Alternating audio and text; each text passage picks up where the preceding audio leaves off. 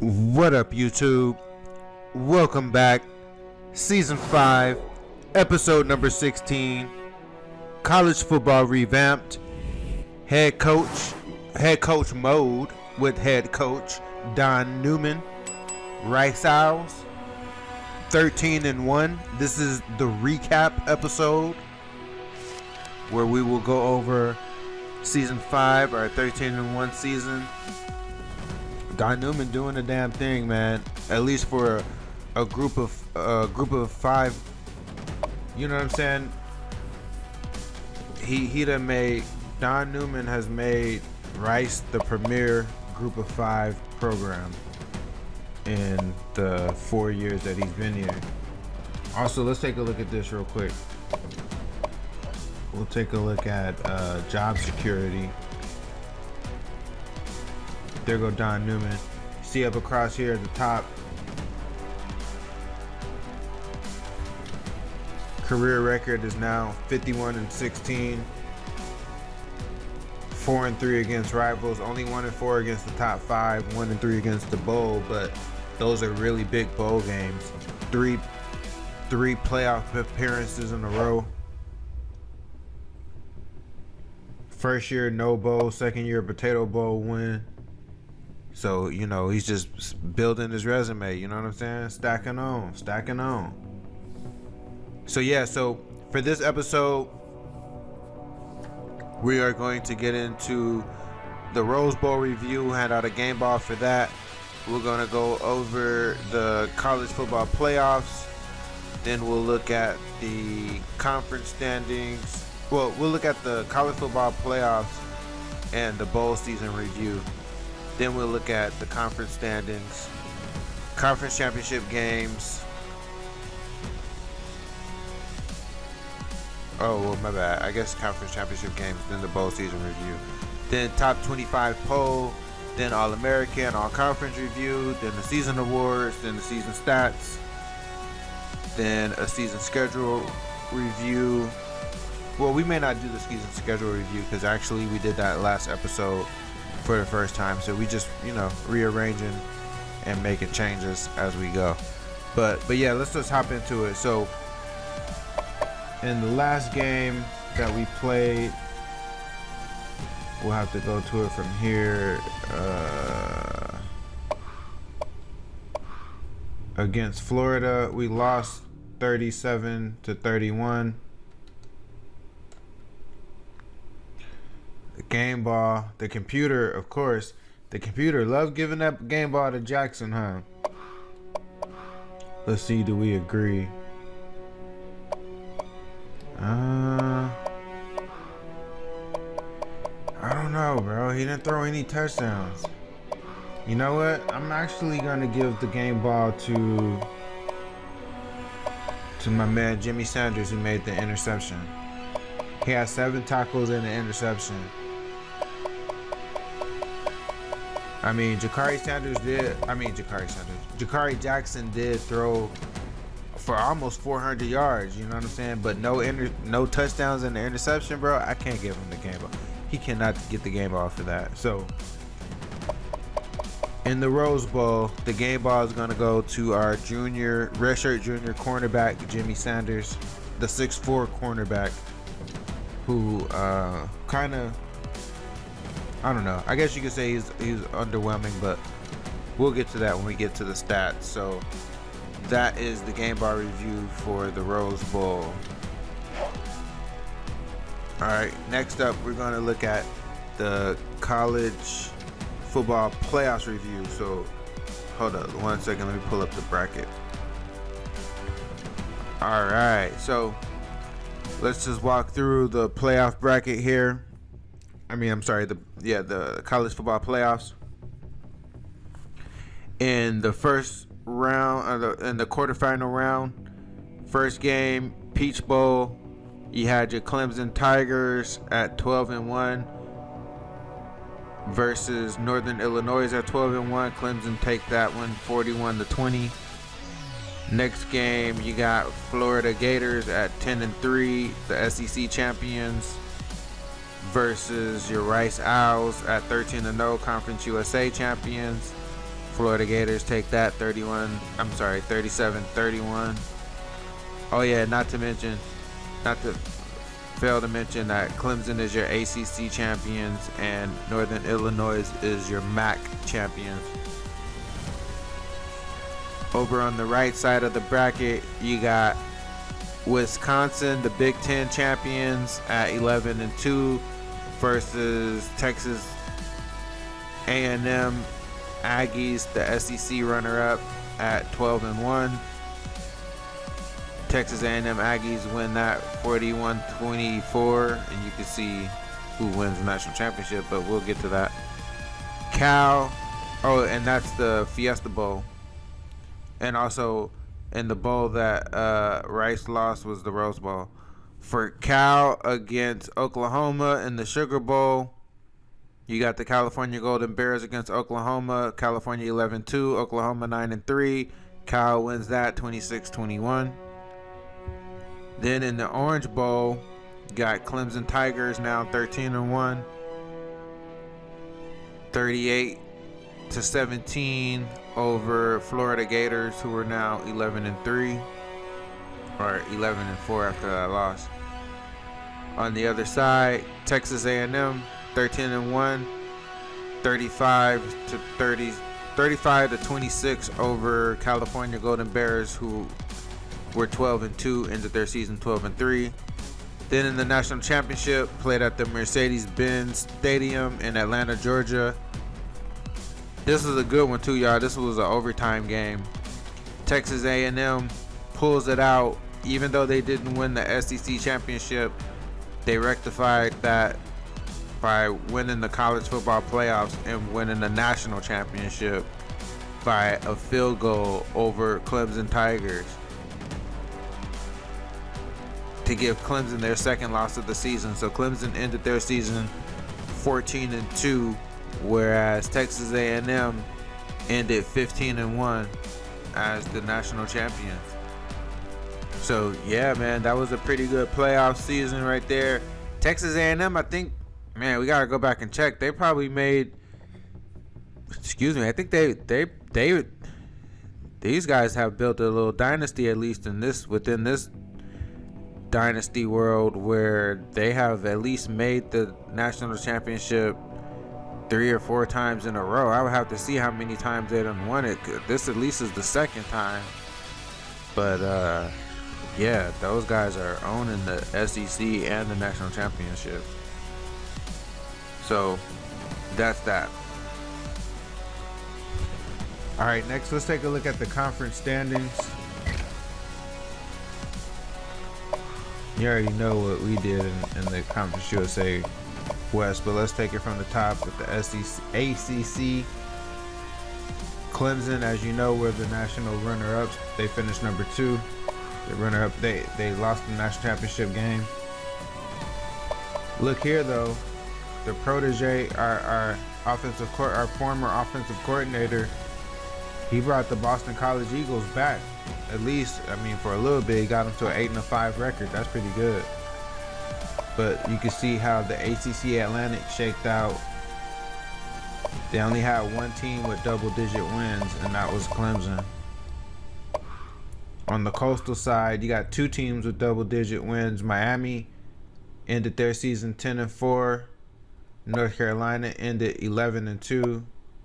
Miami not ranked. North Carolina number 8. You can see the other teams there. Georgia Tech finished 2-10. That's what they get for hiring that other dude over me. That kind of irritated me, man. Over in the American, BYU, there were 2 teams with double-digit wins, BYU and Houston, and they're both in the same division. On the east side, top team was USF with a 9-5 record. The other teams were basically garbage. On the west side, the 2 teams with double digits, BYU 11-3, Houston 10-3. Houston are rivals, 10-3. That's one of the non-conference teams we played with a 10-3 record. Here are the other teams, though, on the west side of the American Division. On the West Division of the American Conference, let me say. Next up, Big 12. Oklahoma ended up winning that, and then they got mopped in the playoffs, so they finished 9-4.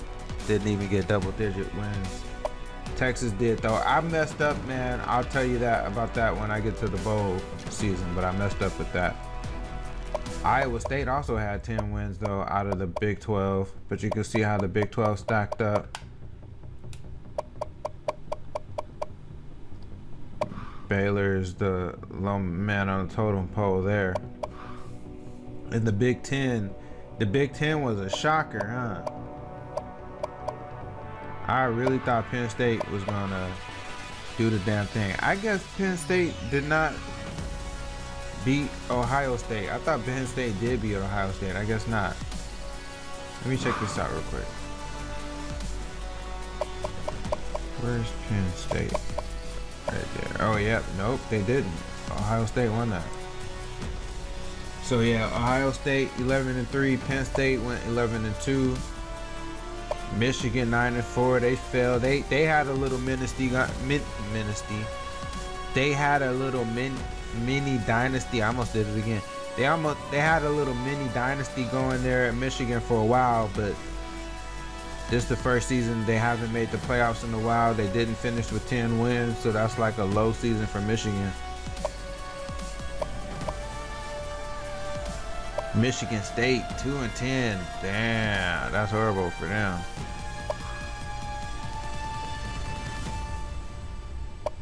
Then on the west side of the Big Ten, Wisconsin won that. Nebraska behind them at 10-3. Big Ten has some teams. Well, they had maybe like what, 14? Yeah, they had about like 4 teams. One okay team, which was the 9-4 Michigan. Then the rest are kind of garbage. Conference USA, they really only have us in the Conference USA. And look at that, Rice Owls is up to 6 stars now. Can they get over 85 next season? That's the question though. On the east side of the Conference USA, FIU Panthers, who you already know we beat them in the conference championship game, but they went 8-6. The rest of the teams, no other team touched 10 wins, had double-digit wins other than us in the Conference USA. So that's that.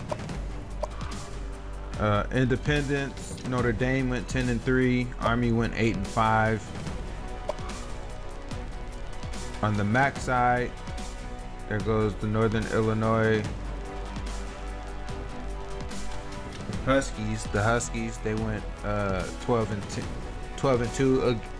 Them similar to us, the only double-digit win team in their conference. So their conference is kind of garbage as well. So that's how they went 10-0 in their conference. And they got into the playoffs, as you saw. Then over on the Mountain West Conference, they had 3 double-digit team wins. Boise State goes 11-3 on the Mountain side. The rest of them, not even worth mentioning. Fresno State went 13-1. Nevada went 11-2. And that's the rest of the pack there. No pun intended, because Nevada's the Wolf Pack. Then on the Pac-12, you got what? A dysfunctional looking standing with 3 double-digit team wins. There are 3 teams with double-digit wins is what I'm trying to say. California went 12-3. Stanford 8-5 with at number 2 in the North. We beat Stanford, but they had a 7-2 conference record. Yep, so they ended up number 2 in the North. Oregon 10-3. Washington 10-3. Then on the south side, Arizona USC is underperforming in this dynasty. They didn't even get 10 wins. Look at Colorado.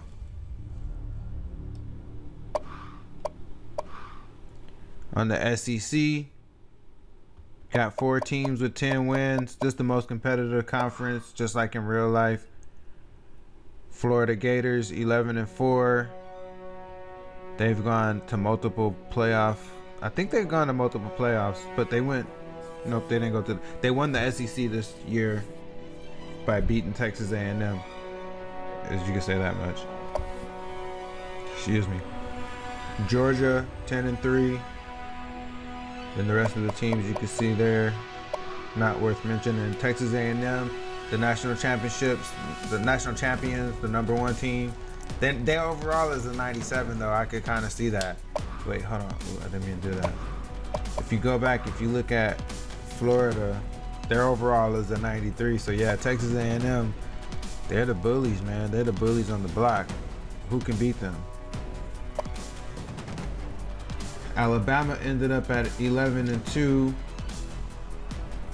and there's the rest of the SEC there. Then in the Sun Belt, Coastal Carolina, that's another team we played a non-conference that we beat. But they had a pretty good season. They won the Sun Belt, went 11-2, and then Troy went 10-3 in the Sun Belt, and that's the rest of the Sun Belt there. All right, so that's the conference standings. Let's take a look at the conference championship game review.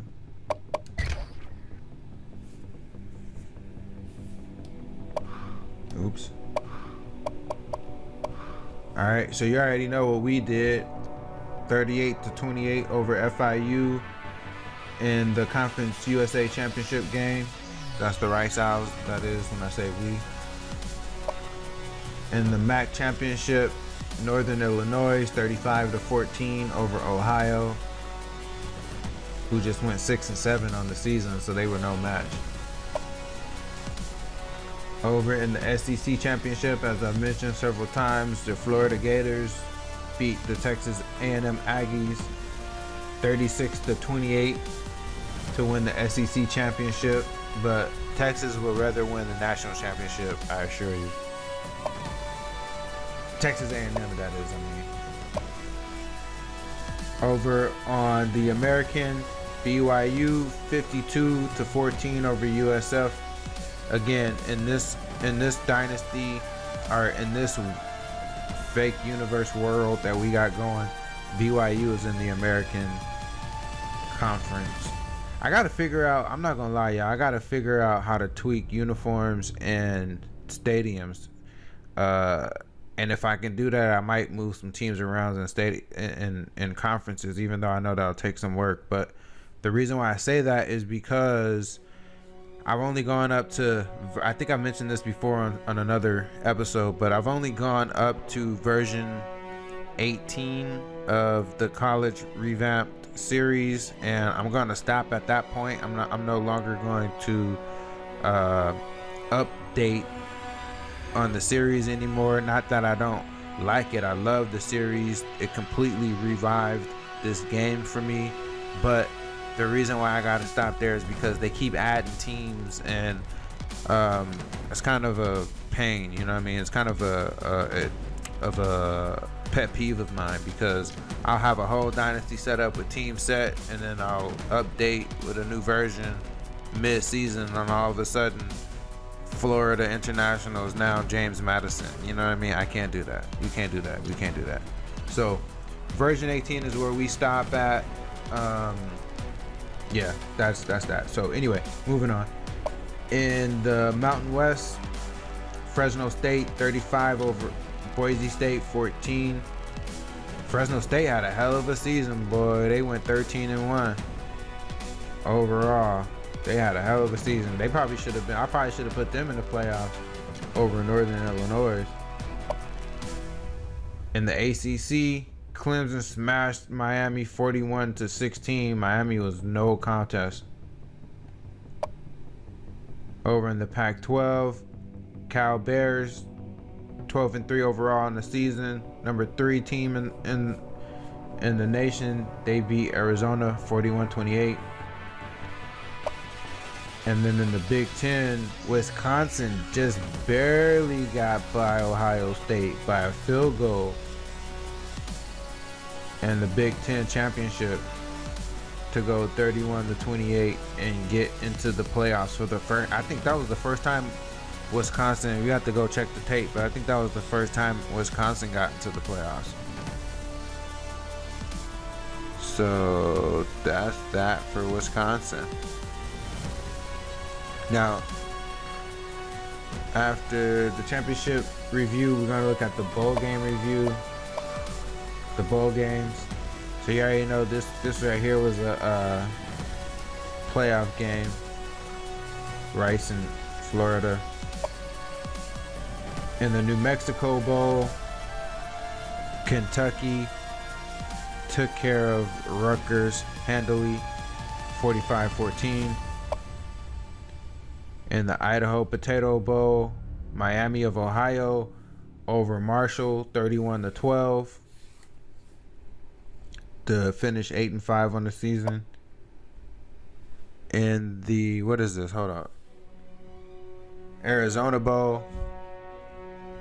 Oh man, I had to get close to the screen there. In the Arizona Bowl, USC 28-7 over Indiana. And the Gasparilla Bowl, Oregon State 42, Minnesota 28. Las Vegas Bowl, Southern Miss 25-21 over Eastern Michigan. In the New Orleans Bowl, Wake Forest takes that 37-16 over Toledo. In the Hawaii Bowl, Western Kentucky 24, Air Force 7. And the Quick Lane, is it Quick Lane? Yeah, Quick Lane Bowl, Kansas State 35, Georgia Southern 21. In the Cotton Bowl, that was one of the playoff bowls, so we already covered that. In the Dukes Bowl, Boston College, our former OC, led Boston College Eagles, won the Dukes Bowl 29-17 over Bowling Green. In the Military Bowl, ooh, that was a good one right there. Syracuse 42-41 over FIU Panthers. You know FIU pissed, so they lost their last 2 games of the season and lost that one by 1 point. In the Holiday Bowl, Vanderbilt 33-27 over Florida Atlantic. So Conference USA we just got smashed in the bowl season. Cheez-It Bowl, USF 31, SMU 17. In the Birmingham Bowl, Coastal Carolina 34-28 over Nevada. Coastal Carolina, look at them, 11 wins on the season. They got a little, they building that program right there. In the Independence Bowl, Florida State 38, Auburn 9. In the Texas Bowl, Pittsburgh 44 over South Alabama 17. In the Armed Forces Bowl, Iowa State smashed Army. That's embarrassing for them to get them like that in the Armed Forces Bowl. In the LA Bowl, Houston 49 over Central Michigan 44. That was a lot of offense in that game. In the Lending Tree Bowl, Boise State by a field goal over Troy 35-32. In the Alamo Bowl, Nebraska took down Stanford 31-21. Stanford just had a disappointing season in this one. In the Guaranteed Rate Bowl, Georgia 38-17 over Arizona. In the Tony the Tiger Bowl, Washington gets their 10th win over Oklahoma State 31-23. In the Music City Bowl, Oregon gets their 10th win over Michigan 38-28. Somebody had to get the 10th win, and it was not Michigan. In the Liberty Bowl, okay, this is where I messed up, y'all. I forgot these two teams in this universe, they're in the same conference. I try not to put, because you know, using the tool, you get to set the bowl the bowl game. So I actually set all these matchups. That's why I'm going through this like this. But I messed around and set 2 conference teams against each other in the Liberty Bowl. So I gotta pay better attention to that in the future. But anyway, Texas over Texas State over Texas Tech, 33-14. And the Peach Bowl, but that's a playoff game. I think we in the playoff games now. These 2 are playoff games. That's a playoff game. We already covered the playoff game. In the First Responders Bowl, Ohio State 24-21 over BYU. In the Citrus Bowl, North Carolina 31-14 over Notre Dame. In the Tampa Bowl, Penn State 33-10 over Miami. Miami couldn't even get a win in their own home state, huh? That's a shame. And the Gator Bowl, oh yeah, see, there you go, Fresno State. Look at that, 38-14 over Alabama. They smashed Alabama. Ain't that something?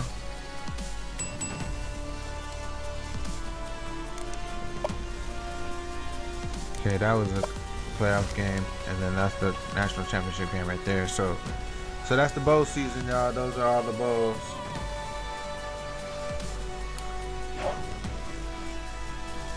Next up, do a quick top 25 poll review. Here's the coaches poll. Rice finished number 6. Just scroll through the teams for you all to see who did what, who finished where. And the AP poll, which isn't really much difference, but I'll scroll through these as well. The top 8 are the same exact. And again, similar to the bowls, I'll go through and I set the final ranking of the season. So there you have the top 25 polls. All right. Next up, let's look at All-American and All-Conference players for the season. First team All-Americans. These guys here. Dang, we didn't get no offensive players on that list. We got that freshman defensive tackle on the list. We got 2 linebackers on the list. Again, I should have moved Bush to middle linebacker, and we'll do that in the off season. And we got Slade and Harris and Bentley. So that's 1, 2, 3, 4, 5, 6. Yeah, that's 6 first team All-Americans for Rice. 1, 2, 3, 4, 5, 6. Yep. Wow, Slade made first team. See, I don't know, man. I don't completely agree with the. I wish there was a way to overrule the voting, but it is what it is. Second team All-American. Oh, look at that! Our 5th-year senior left tackle Nutter made the second team All-American. Second team All-American team. Jordan Johnson, the sophomore cornerback from Canada, he made the second team All-American team. That's 2. So we had 2 guys on the team. See the freshman. Now I know we got at least one, which our defensive tackle, because he was on the first team. Yep, there you go, right there. Matt Dwight. He was on the first team, so I knew he was gonna make that. All right. So there you go, and then let's look at the Conference USA. What we did in our you know we're gonna own our whole conference. You know that, right? So Jakari Jackson, that's 1. Liston, 2. Oh, I think that's like the first time we had a quarterback wide receiver duo for the first team our conference. But that's 2. You know our whole line gonna get on. 1, 2, 3, 4, 5. That's 7. Our whole D line got on. 8, 9, 10. Our D line. Wait. 5, 6, 7, 8, 9, 10, 11 are linebackers. 11, 12. Wait, hold on. I'm trying to count and look at the names at the same time. 1, 2, 3, 4, 5, 6, 7, 8, 9, 10, 11, 12, 13, 14, 15, 16, 17, 18. 18 first team all conference players. And you see them in front of you. I don't gotta call them all out, do I? That's them.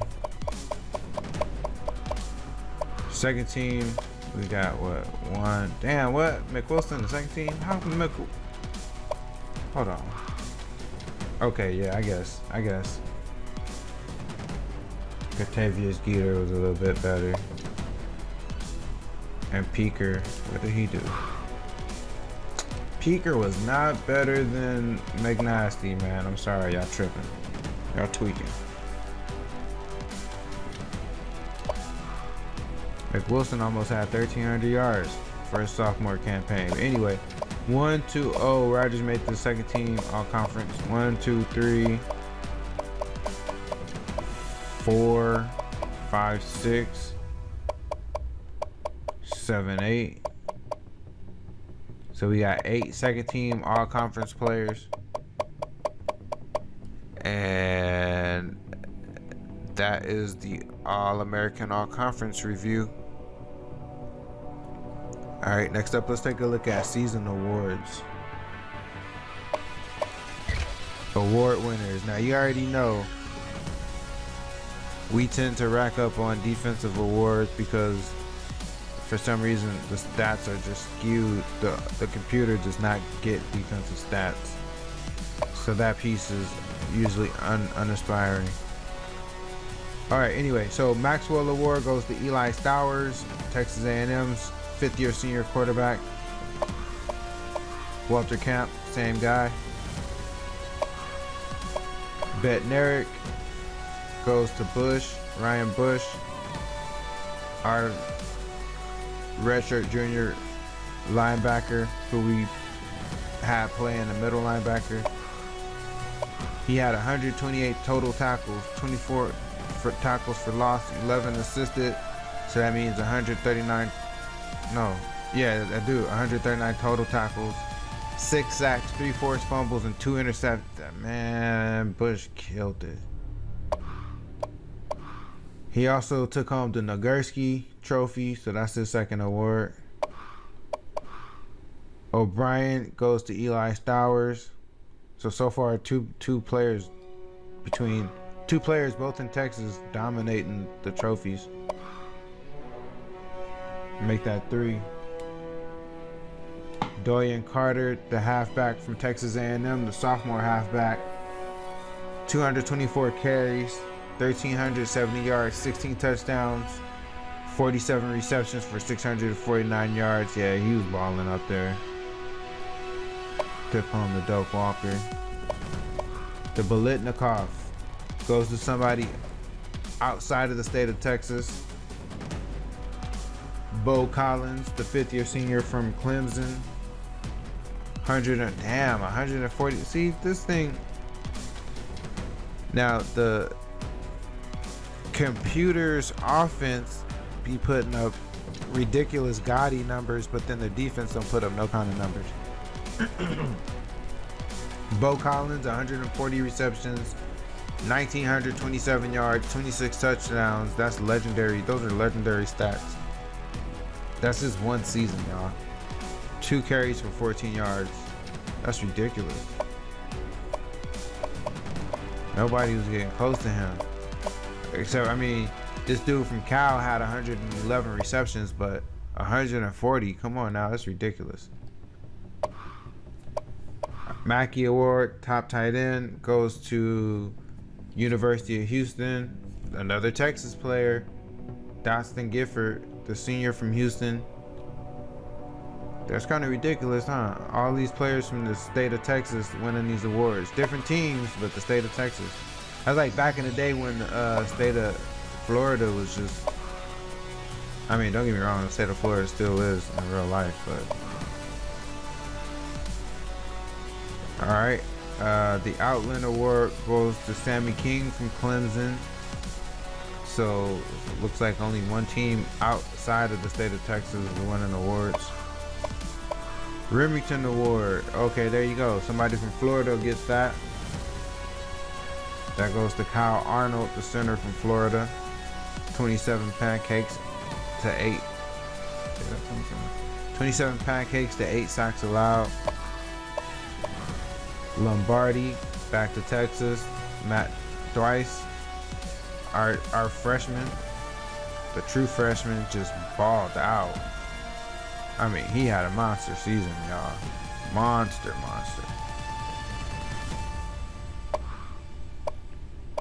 Buckets Award. There go that man again. Ryan Bush, the redshirt junior who played middle linebacker. Cleaned up. Thorpe Award. Corey Collier Jr., 5th-year senior from Florida. See, our 5th-year senior, forgot his first name. Last name was Bray. Safety. He wasn't even a starting safety on our team. Won the Thorpe Award last season with no interceptions, which was ridiculous. That got on my nerves. This year, the guy who wins it has 7 picks. You know what I'm saying? That's more like it. Alright, the Groza Award, best kicker, back to Texas. There go our kicker again. I think this is senior year. He won this award 3 of the 4 years. I don't think he got it last year. It was the only year. But other than that, the other 2 plus this, he got it 3 out of 4 years. The Guy Award for the best punter. I'm still pissed about somehow our punter ended up getting in the game when I was trying to redshirt him.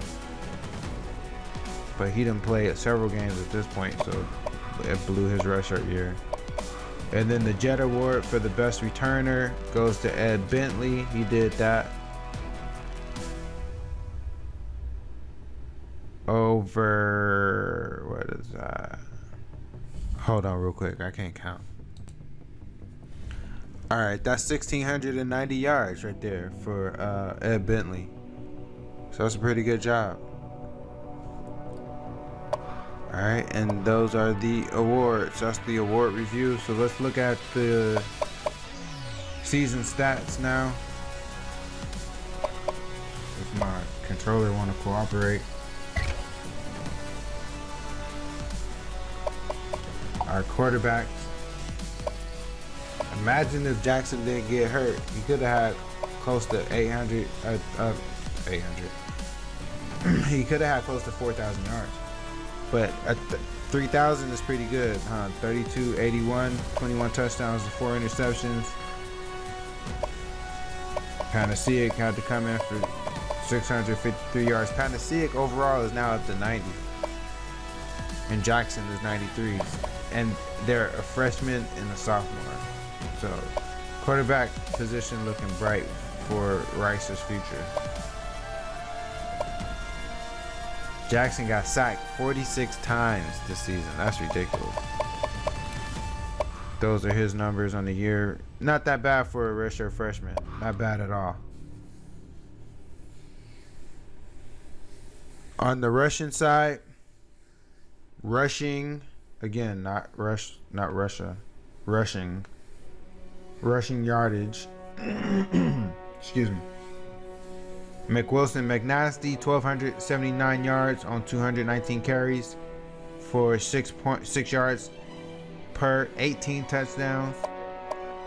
Jagari Jackson almost had 1,000. This dude almost had 3,000 yards and 1,000 on the ground. I mean, almost had, yeah, he did have 3,000 yards. 3,200 yards passing with 800 yards rushing. That's crazy. Jeff Holmes, the bully, the senior, 105 carries for 654 yards, which is a 6.2 yards per carry, 12 touchdowns. Dontavius Littleton, the freshman, 5'9", 205. No pun intended in the name Littleton. 114 yards, 5.4 average, 2 touchdowns. The senior, Carlos Liston, 13 carries, 79 yards and a touchdown for him. Running the ball. James Rogers. So as you can see, we get our wide receivers involved in the run game, not just the running backs, quarterbacks, and fullbacks, but the wide receivers. We had 3 wide receivers with carries, so a lot of our players get carries in this offense. Oh wait, hold on. Before I go into receiving, we're not done with rushing yet. The longest yard, Jeff Holmes had the longest rush, 42 yards. McWilson, McNasty, his was 37. Jakari Jackson, 28 yards per game. He barely just missed 100 yards after contact. McWilson, yeah, he was hard to tackle. McWilson also had the most 20 plus yard runs with 12. Jakari Jackson had 6. Holmes 5. Broken tackles, yep, same guy, McWilson. Holmes 11. He would have had more if he would have had more tackles. Holmes with the fun. Jakari Jackson fumbled 6 times. That is unacceptable. You're gonna have to clean that up next year. Now we go to receiving. Pierre Jones led the team with 66 receptions. This is his senior year. He gone after this, y'all. No more P. Just shy of 150 receptions in his career. He beat his previous season mark with 66 receptions, but he couldn't beat the previous season yardage total, so his yards per carry dropped. Yards per reception, I should say, dropped. His total touchdowns dropped as well, but he still ended his career with 14 total touchdowns. His longest this season was the 3rd longest of his career. So yeah, he kind of had a still had a decent season. It was just disappointing in that it wasn't necessarily better than his junior year, even though he had more receptions than his junior year. Less drops, so that's good. But yeah, we're gonna miss Pierre Jones, man. Pierre Jones was the man. We're gonna miss this dude right here too. Liston, 4 years. It's been 4 years already. I still remember his freshman year when he was just a puppy. 58 receptions his senior season, 851 yards, 7 touchdowns, 69 long. He had the longest out of the receivers. Let's take a look at his career. So his senior year, similarly, he had the most receptions of his career, but he didn't beat the total yard mark. That's kind of on the quarterback though, to be honest, because Jakari's learning and he wasn't getting the ball. I don't think his yards per completion was all that high, to be honest.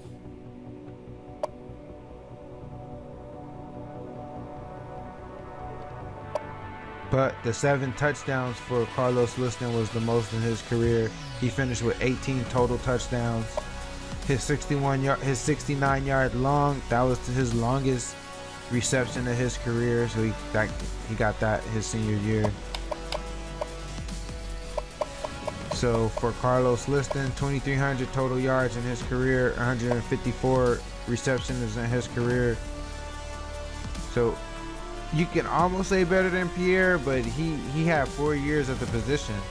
So he had an additional year at the position than Pierre and barely beat Pierre by like 5 receptions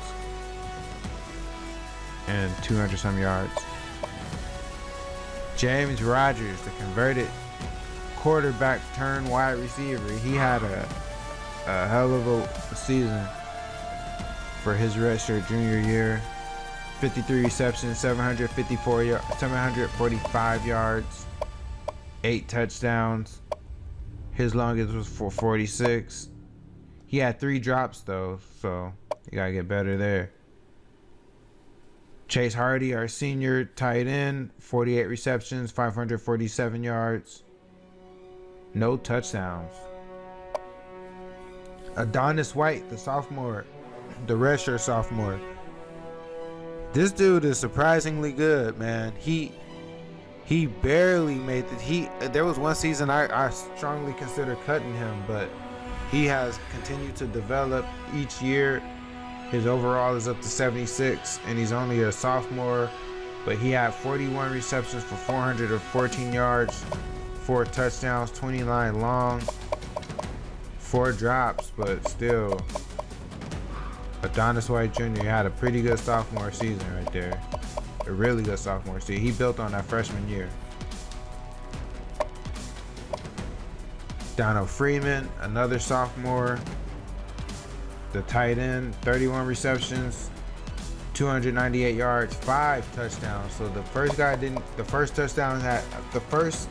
tight end had no touchdowns. This one had 5 of them. And he's only going to continue to get better. Let's see if what did he do on the drop? So he had a drop. We had a lot of drops, I ain't gonna lie. Mick Wilson, 15 receptions for 70 yards. Bentley, the other senior, the 5th-year senior, his reception production went down, but that's mainly because of Rodgers being moved over to receiver. But that's also why I put Bentley at as the kickoff specialist this season, and he went out there and won a reward. He won an award for it. But that was the reason why I did that, was because I knew that his receiving production was going to drop with Rodgers moving over to receivers. So that's why I did that, and it kind of paid off. He almost, man, I'm telling you, this dude almost ran one back for a touchdown if only he had the acceleration. BJ Jones, the freshman, he had a forgettable freshman season. 5 receptions for only 31 yards, no touchdowns. He could barely get in, honestly. Jeff Holmes, 5 receptions for 26 yards. Gilliam had a worse sophomore year than freshman year, so hopefully his junior year will pick up. So far his career has been disappointing, to be honest. We thought he was going to be better than that. Freeman has outpaced him by far so far. McLaurin, the new fullback, not new fullback, but the new starting fullback. He's been on the team since the freshman, the converted tight end. He kind of had an underwhelming, disappointing year, to be honest. 1 reception for 5 yards, and that was pretty much it. On the blocking side, Chase Hardy led the team with 20 pancakes. Okay, we'll give it to McLaurin. 15 pancakes for him, no sacks. Hardy gave up 2. And then Quentin Martinez led the team in sack and giving up sacks. He gave up 11. Page 6, Frank 5. Damn, McWilson gave up 4. McWilson gonna have to get better with his protection. But yeah, so that's the line stats right there. On the defensive side, now this is misleading. My man Bush had so many tackles the computer couldn't even calculate it right. Thomas with 96 total tackles, 91 solo.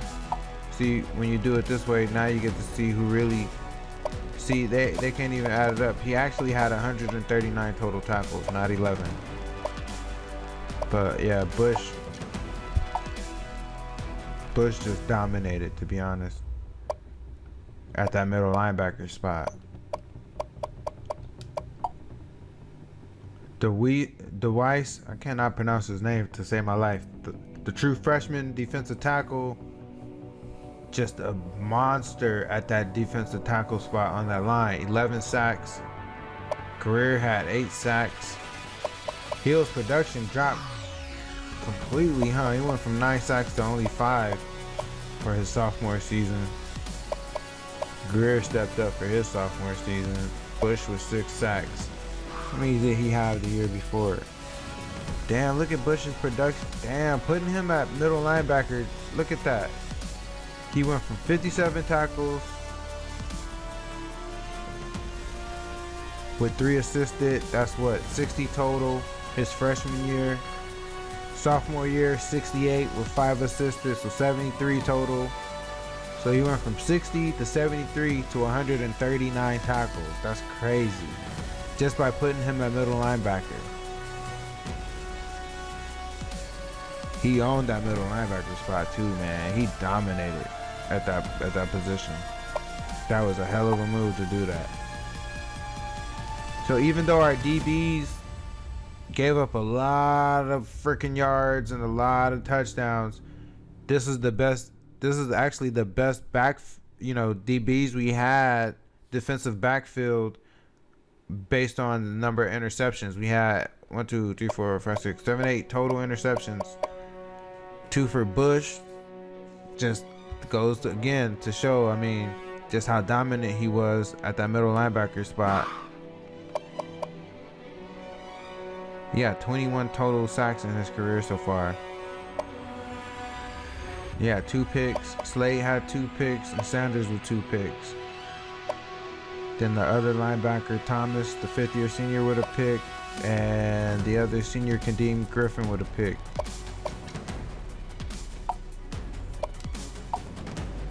That was Slade's pick 6.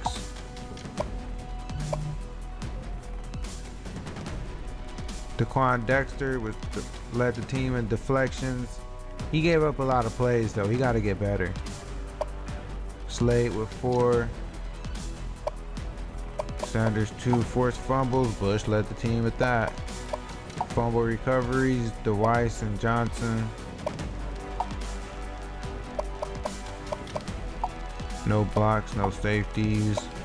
1 touchdown. That was Slade's pick 6.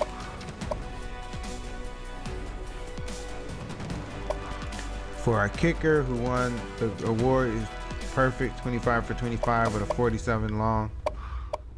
Our punter, which again, he should have never been out there, but he punted the ball 32 times.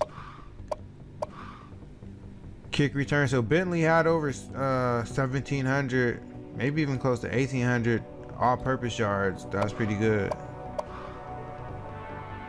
And again, he almost had a touchdown. 72-yard long on the kick return. That was the closest we came to scoring a touchdown on kick return with Bentley back there. So that's it. Those are the season stats. That'll just about do it. Again, like I said, we already ran through the season schedule. We reviewed that in the last episode, so no need to do it again here. That's the season 5, 13-1. Rice Owls, head coach Don Newman. Thank y'all for watching the season. Come back for next season, which will be... Oh, we're not even done yet, huh? We're not done yet. What am I talking about? We got the off-season episode to come up, which will be the last episode of season 5. So come back for that, and then we'll wrap up the season. But again, thank y'all for watching. Thank you for the support. If you haven't supported yet, yo, what are you waiting for? What's going on? Especially if you don't watch this far. If you've been watching this long, man, go on and hit that button and drop a comment below. Holla at your boy. Let me know what's up. I appreciate y'all though. Thank you again for watching. Cannot thank you enough. Again, tell a friend to tell a friend. We'll be back again tomorrow with the next episode. Until then, y'all, I'm just rambling now. Peace.